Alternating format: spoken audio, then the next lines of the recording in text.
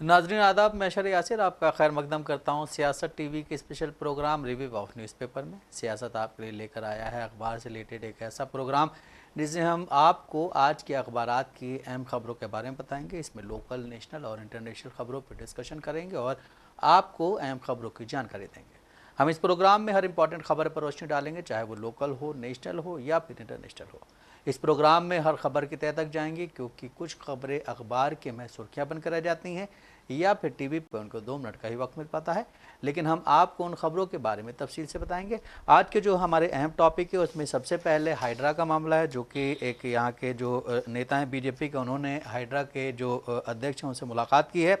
और उसके बाद उन्होंने काफ़ी चीज़ों के मतलब बात की है। वहीं अगर हम अपने दूसरे टॉपिक की बात करें तो दिल्ली के आम आदमी पार्टी के जो प्रमुख हैं, उन्होंने कहा है कि दिल्ली में जो विधानसभा चुनाव होंगे उसमें कांग्रेस के साथ हमारा कोई गठबंधन नहीं होगा। वहीं तीसरी खबर ये है कि आजम खान ने इंडिया ब्लॉक को एक लेटर लिखा है, उसमें उन्होंने बहुत सारी बातें की। और तीसरी खबर ये है कि बिहार में 2024 के विधानसभा चुनाव के लिए कल जेडीयू के ऑफिस में दिल्ली में मीटिंग हुई। इसमें बीजेपी, जेडीयू और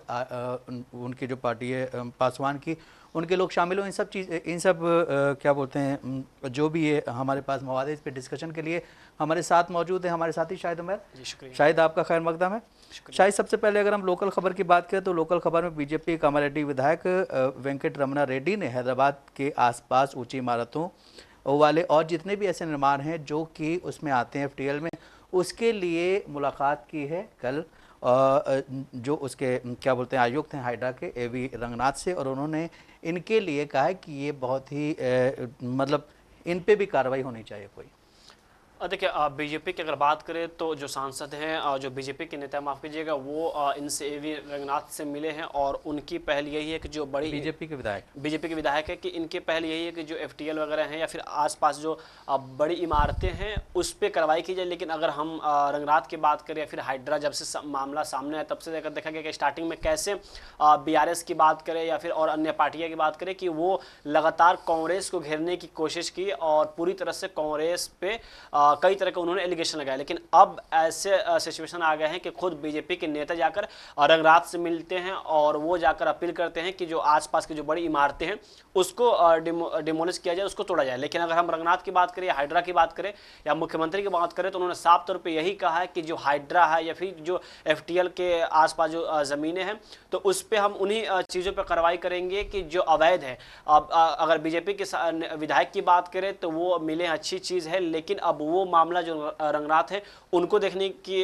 है कि आखिरकार जो चीज़ें एक्शन लेने वाली हैं उस पर एक्शन होती है कि नहीं, और जो सच में जो अवैध निर्माण है उस पर एक्शन लिया जाए। अब जो अगर विधायक की बात करें तो उन्होंने अपना कर्तव्य निभाया अगर बात करें तो, लेकिन अगर बीजेपी विधायक की बात की जाए तो इसी के साथ और जो तमाम मुद्दे हैं उन पर इन लोगों की प्रतिक्रिया न आकर इन सब चीज़ों पर आ रही जो ऑलरेडी यहाँ पे कांग्रेस हुकूमत काम कर रही है। बिल्कुल, जिस तरह से अभी इस वक्त तेलंगाना की असेंबली चल रही है उसमें बीआरएस की तरफ से जो एलिगेशंस लगाए जा रहे हैं और बीआरएस का ये कहना है कि हमारे लीडर्स को अंदर जाने नहीं दिया जा रहा है। वहीं अगर बात करें, जब ये असेंबली शुरू होने वाली थी तो यहाँ के मुख्यमंत्री रेवंत रेड्डी ने कहा था कि केसीआर साहब क्यों नज़र नहीं आ रहे हैं। इस पे भी काफ़ी ज़्यादा हंगामा चल रहा है। बिल्कुल, अगर हम आज बीआरएस की बात करें तो बीआरएस की तरफ से देखा गया जब से कि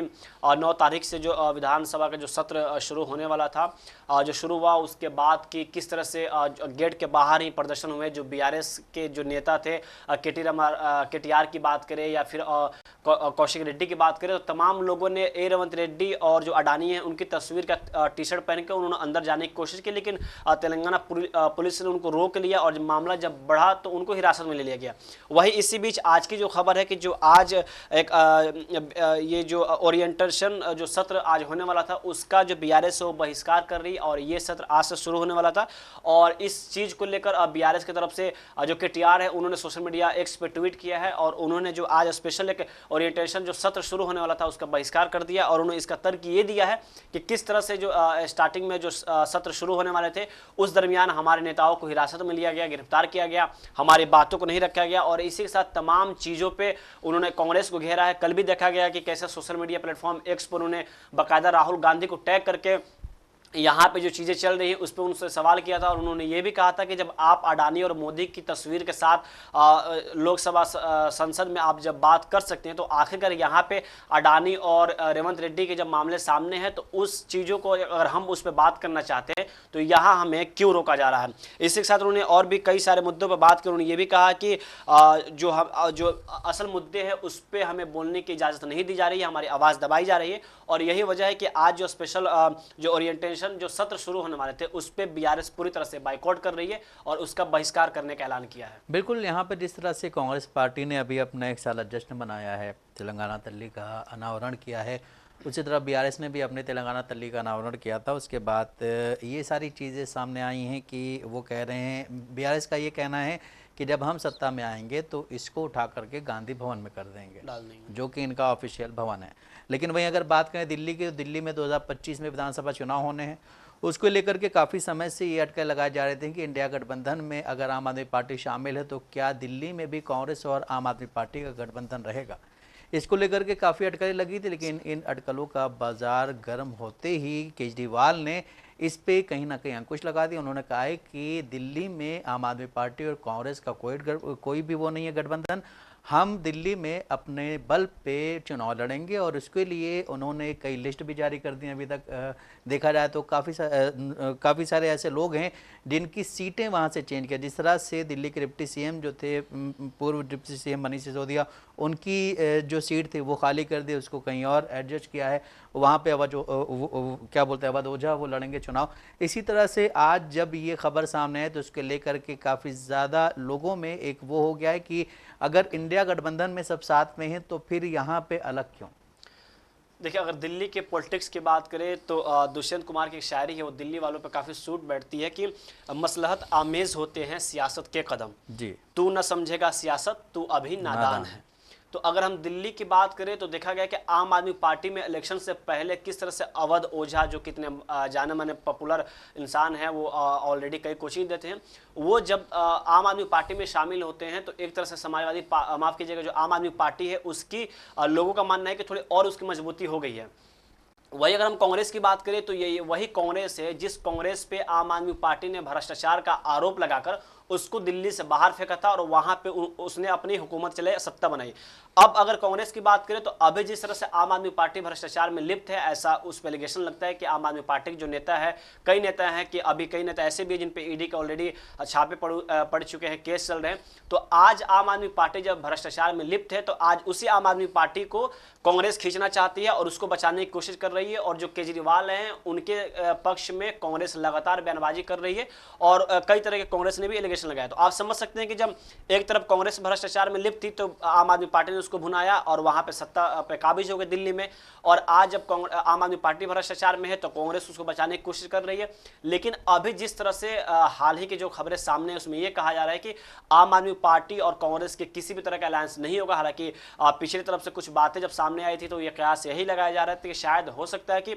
आम आदमी पार्टी और कांग्रेस आपस में अलायंस करे। हालांकि अगर हरियाणा की बात करें तो उसमें भी देखा गया कि जो आम आदमी पार्टी है वो इंडिया अलायंस का तो गठबंधन है, लेकिन जब राज्य में चुनाव होते हैं तो वो अपना पक्ष अलग कर लेती है, वो अकेले चुनाव लड़ने की पूरी तरह से तैयारी में जुट जाती है। अगर हम पंजाब की बात करें, हरियाणा की बात करें, जम्मू कश्मीर की बात करें, अगर हरियाणा की बात की जाए तो देखा गया कई ऐसे सीट ऐसी भी थी कि जहां पे अगर आम आदमी पार्टी के साथ अलायंस होते तो आज शायद हरियाणा में कांग्रेस की सरकार होती। लेकिन अगर दिल्ली की बात की जाए तो दिल्ली की जो 70 विधानसभा सीट है उस पर इलेक्शन होने हैं और इस बार चौथी बार आम आदमी पार्टी जो है पूरी तरह से कमर कस ली है कि हम वहां पे जाकर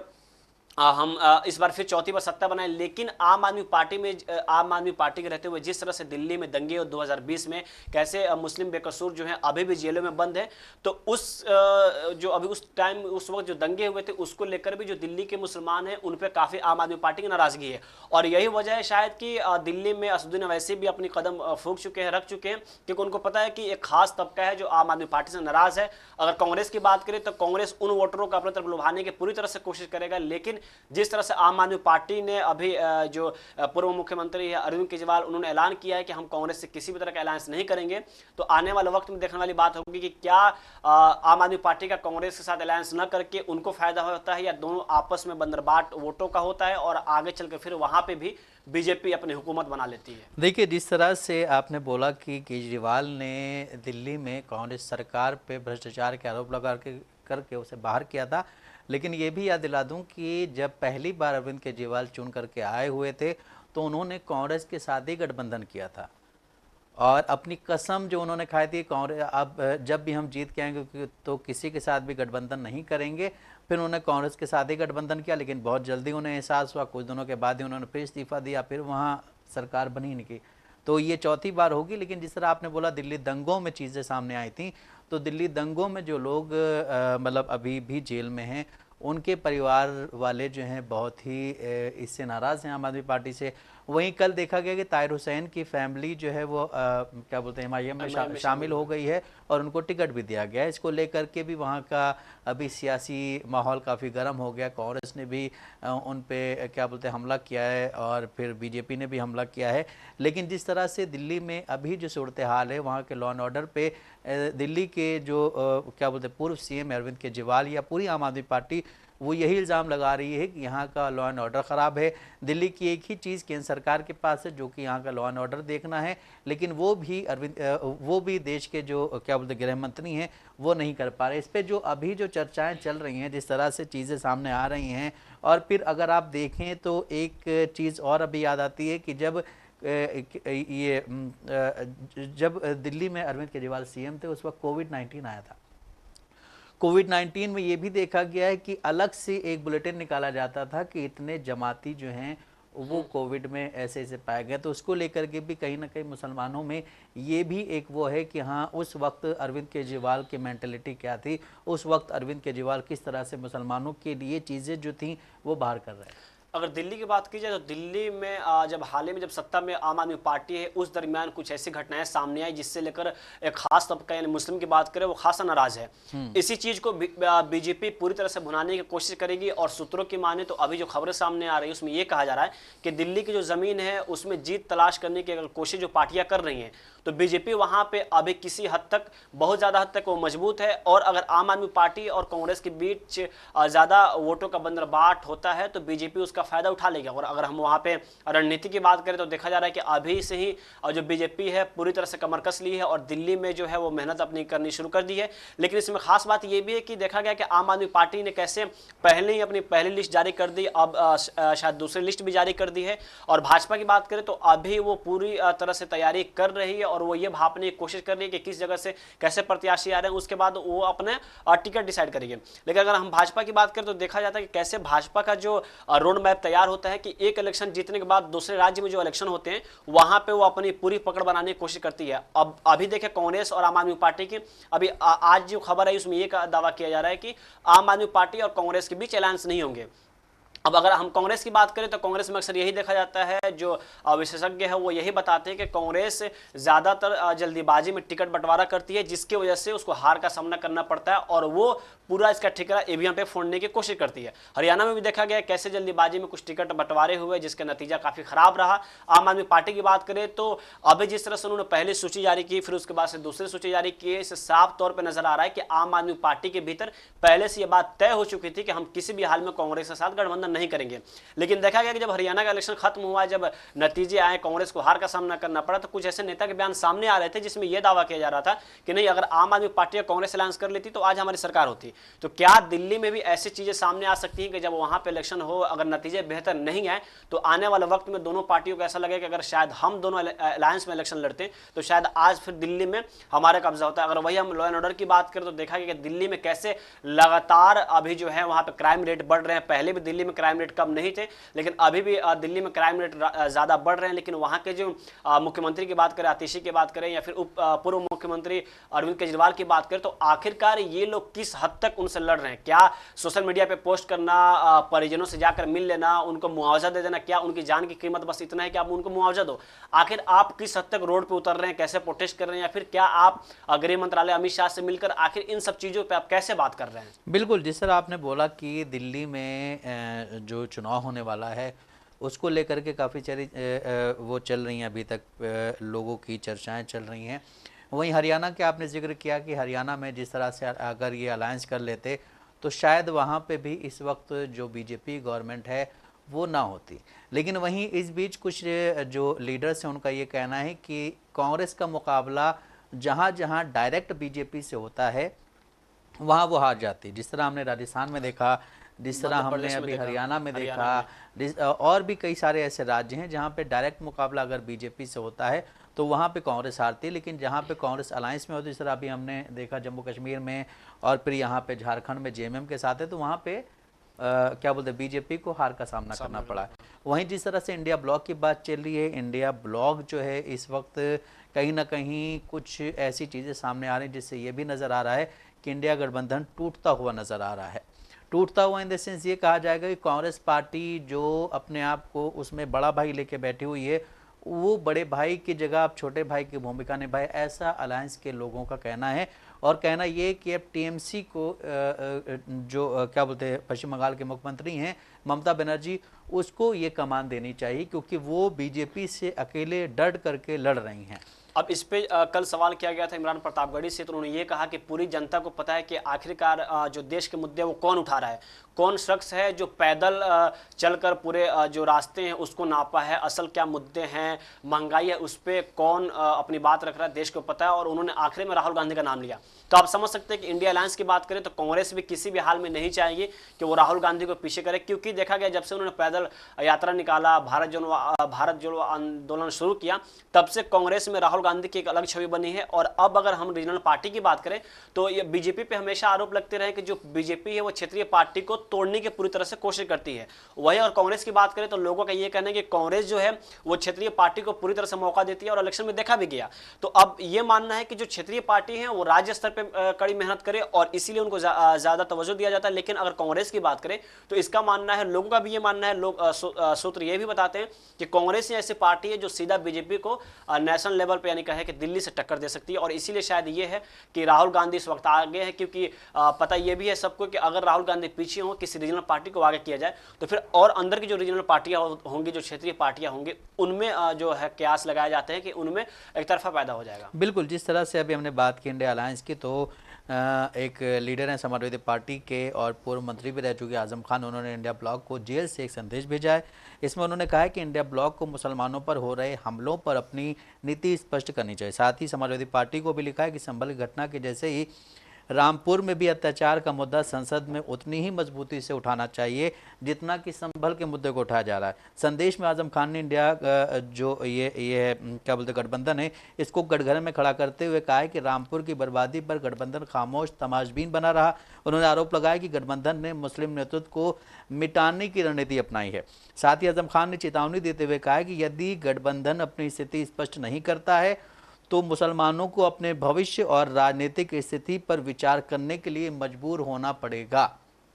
मतलब उनका कहने का ये है कि अगर ये गठबंधन जो इंडिया गठबंधन बना है, इसमें मुसलमानों के मुद्दों को उतनी अच्छी तरह नहीं उठाया जाता है जितनी अच्छी तरह अभी संभल के मुद्दे को उठाया जा रहा है, तो देश का मुसलमान या उत्तर प्रदेश का मुसलमान वो कहीं ना कहीं अपनी क़यादत के लिए किसी और को लेगा, फिर वो इंडिया गठबंधन से दूर चला जाएगा। और जिस तरह आपको भी पता है कि बिहार में, यूपी में या देश में यही राजनीति हो रही है कि मुसलमान किस तरफ जा रहा है। तो अगर मुसलमान इन सारी पार्टियों से अलग होकर के किसी और पार्टी की तरफ चला गया तो ये इंडिया गठबंधन के लिए काफ़ी ज़्यादा नुकसानदेह साबित हो सकता है। देखिए, अगर समाजवादी पार्टी में अगर हम आजम खान की बात करें तो सिर्फ समाजवादी पार्टी में ही नहीं बल्कि पूरे उत्तर प्रदेश में यानी कई और राज्यों में जो आजम खान की बात है उनकी काफ़ी अच्छी पकड़ मानी जाती है और जो पॉलिटिकल पार्टियां है उसमें उनकी अच्छी पकड़ मानी जाती है। वही जेल से जिस तरह से इन्होंने संदेश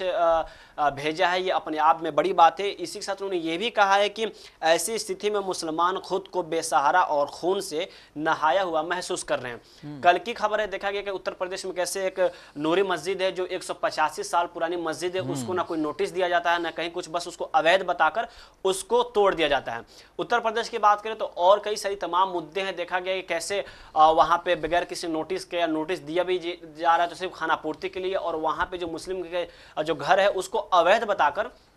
तोड़ दिया जा रहा है। अभी जब इस पे मामले जब बढ़े, जब विपक्षी सांसदों ने इस पे सवाल खड़ा किया तो सुप्रीम कोर्ट से इस पे स्टे लगा, लेकिन अभी भी उत्तर प्रदेश में इस पे कुछ ज्यादा एक्शन नहीं लिया जा रहा, जो कि सुप्रीम कोर्ट का मामला सामने आया। वही आजम खान जब से जेल में बंद है, देखा गया कि समाजवादी पार्टी की तरफ से जो अखिलेश यादव है उनका कैसा रवैया रहा, लेकिन वही जब समाजवादी पार्टी से और नेताओं का मिलना शुरू हुआ तो समाजवादी पार्टी के अंदर जो अखिलेश यादव है उनकी भी बेचैनी बढ़ी और वो लगातार उनके बेटे अब्दुल्ला से या फिर इनसे मिलने शुरू कर दिए, परिवार से। चंद्रशेखर आजाद की बात करें तो देखा गया कि संभल का जो मामला सामने आया उसके कुछ दिन बाद चंद्रशेखर आजाद जाकर खुद उनके बेटे जो जेल में बंद हैं उनसे और आजम खान से मिले। तो इस तरह सब कयास ये लगाया जा रहा है कि शायद हो सकता है कि आने वाले वक्त में आजम खान के साथ जिस तरह से बदसलूकी की गई है, और समाजवादी पार्टी पर लोगों ने आरोप ये भी लगाया कि जिस तरह से समाजवादी पार्टी को स्टैंड लेना चाहिए उस तरह से नहीं लिया। अगर आजम खान की जगह कोई और नेता होता तो शायद समाजवादी पार्टी पूरे खुले तौर पर प्रोटेस्ट करती और उनको लेकर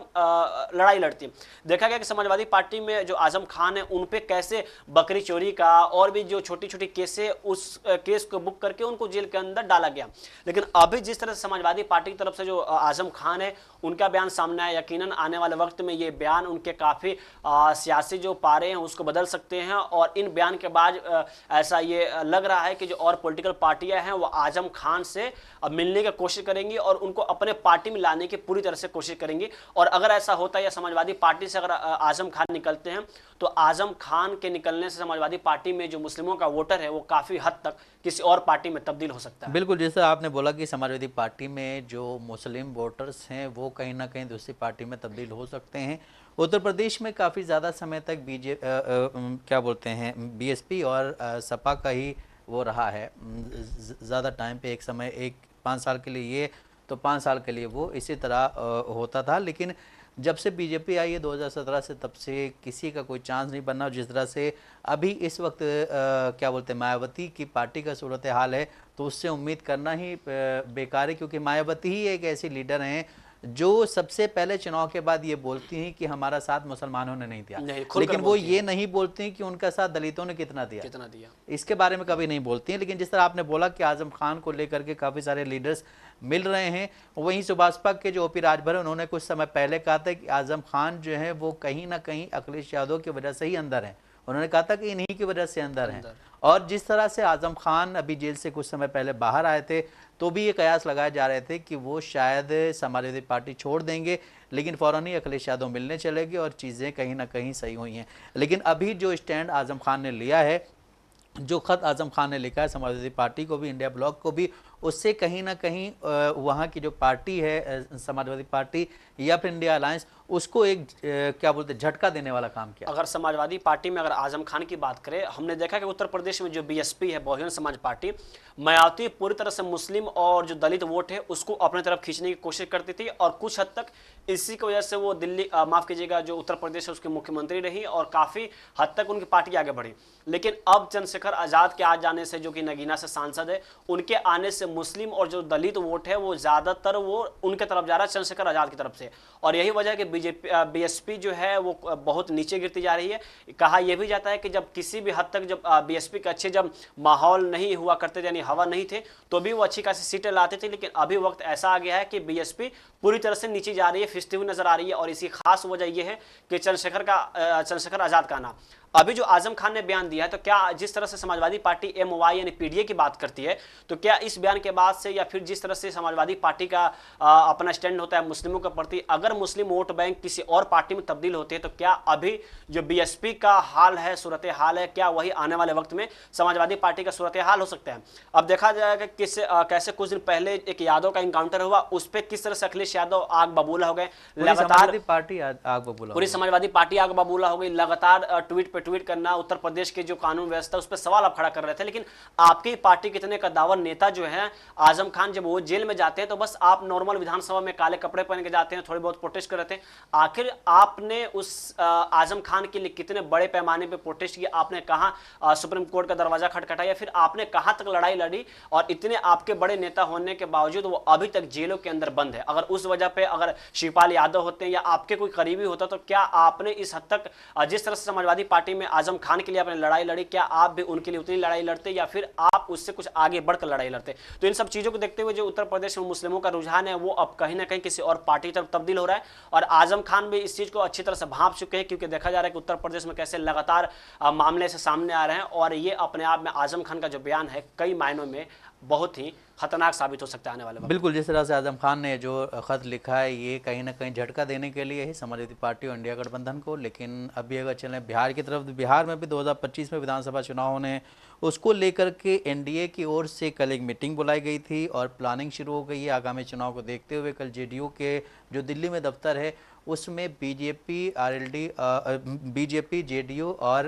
एक और पार्टी रामविलास पासवान की, उसकी एक मीटिंग हुई। और उस मीटिंग को लेकर इस तरह आपने बोला कि बीजेपी जो है वो बहुत पहले से अपनी तैयारियां शुरू कर देती है। तो अभी देखिए अब महाराष्ट्र का इलेक्शन खत्म हुआ और उन्होंने बिहार पे चर्चा करनी शुरू कर दी, बिहार के अपने गठबंधन को मजबूत करने की क्या बोलते कवायद शुरू कर दी है। तो ये सारी चीज़ें इस वक्त देश में हो रही। लेकिन जिस तरह से अभी राज्यसभा में नो कॉन्फिडेंस मोशन लेके आई है इंडिया गठबंधन, तो उस पर भी अब क्या बोलते फाइल हो गया है वो, और अब वो उस पर वोटिंग होगी। लेकिन अगर वोटिंग के हिसाब से देखा जाए तो अभी भी इंडिया ब्लॉक के पास सांसद कम है, तो इससे वोटिंग कहीं ना कहीं कम पड़ जाएगी। उनको काफ़ी ज़्यादा वोट चाहिए थे लेकिन अभी सिर्फ 200 कुछ वोट हो रहे हैं। तो नाज़रीन, जैसा कि आपने देखा कि हमने आपको न्यूज़पेपर्स के ज़रिए अहम खबरों से रूबरू कराया है। ऐसी ज़रूरी खबरों से रूबरू होने के लिए हमारे साथ इस प्रोग्राम से जुड़े रहें, और अगर आपकी इस प्रोग्राम से रिलेटेड कोई भी राय है तो हमें कमेंट बॉक्स में ज़रूर लिखें। इसी के साथ हमारा प्रोग्राम ये ख़त्म होता है। मुझे और मेरे साथी शाहिद उमर को दें इजाज़त। आप बने रहें सियासत टीवी के साथ।